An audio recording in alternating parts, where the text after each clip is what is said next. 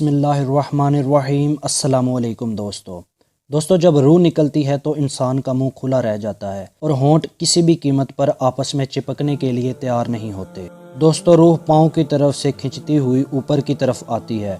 जब रूह फेफड़ों और दिल तक खींच ली जाती है और इंसान का सांस एक ही तरफ यानी बाहर की तरफ निकलने लगता है, तो ये वो वक्त होता है जो मरने वाला इंसान खुद ही अपनी आंखों से फरिश्ते और शैतान को दुनिया में अपने सामने देख सकता है। एक तरफ शैतान इसके कान में कुछ मशवरे देता है तो दूसरी तरफ इसकी ज़ुबान इसके अमाल के मुताबिक कुछ अल्फाज अदा करना चाहती है। अगर इंसान नेक हो तो इसका दिमाग इस इंसान की ज़ुबान को कलमा शहादत की हदायत देता है, और अगर इंसान काफिर हो या बदअमाल या मुशरिक हो तो इसका दिमाग कंफ्यूज और एक अजीब हैबत का शिकार होकर शैतान के मशवरे की पैरवी करता है और बहुत ही मुश्किल से कुछ अल्फाज अदा करता है। ये सारा अमल इतनी तेज़ी से होता है कि दिमाग को दुनिया की फजूल बातों को सोचने का मौका ही नहीं मिलता और आखिर में दिमाग से भी रूह खींच ली जाती है।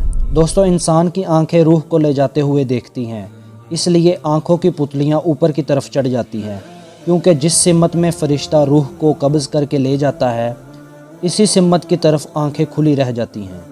इसके बाद इंसान की दूसरी ज़िंदगी का सफ़र शुरू हो जाता है, जिसमें रूह तकलीफ़ों की तह से लेकर आराम के महल्लात की आहट महसूस करने लगती है। दोस्तों, इसी कॉन्टेक्स्ट में एक और अहादीस बयान की जाती है जो बरा बिन आज़िब रज़ी अल्लाह तआला अन्हा से मरवी है। आप फरमाते हैं कि हम आप सल्लल्लाहु अलैहि वसल्लम के साथ एक अंसारी शख्स के जनाजे के लिए आए। हम कब्र तक पहुंच गए, अभी उसकी लाहत तैयार नहीं हुई थी, तो आप सल्लल्लाहु अलैहि वसल्लम हमारे पास बैठ गए। हम भी आप सल्लल्लाहु अलैहि वसल्लम के गिर्द बैठ गए, गोया कि हमारे सरों पर परिंदे बैठे हों। आप सल्लल्लाहु अलैहि वसल्लम के मुबारक हाथों में एक छड़ी थी जिससे आप ज़मीन कुरेद रहे थे।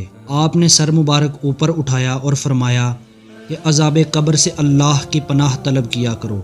आपने ये अल्फाज 3 मरतबा दोहराए। फिर आपने फरमाया, बंदा मोमन जब दुनिया से राब्ता तोड़कर आखिरत की तरफ मुतवज्जा होता है तो सूरज की तरह चमकते धमकते सफ़ेद चेहरों वाले फरिश्ते जन्नती खुशबूदार कफन लेकर उसके पास आते हैं, हत्ता कि वो हद्दे निगाह उसके सामने बैठ जाते हैं। फिर मलकुल मौत तशरीफ़ लाते हैं, हत्ता कि वो उसके सर के पास बैठ जाते हैं। फिर मलकुल मौत कहते हैं कि ए पाकीज़ा रूह, अल्लाह की मगफिरत और रज़ामंदी की तरफ चल, तो वो रूह ऐसे निकलती है जैसे मशकीज़े से पानी का कतरा।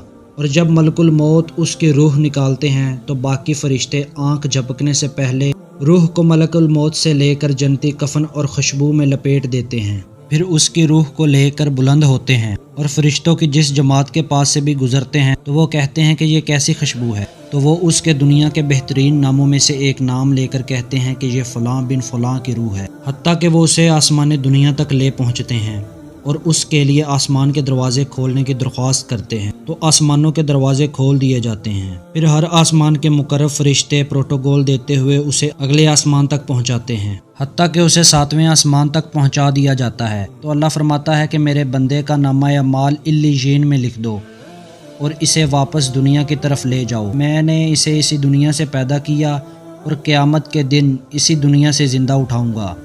फिर रूह उसके जिस्म की तरफ लौटा दी जाती है।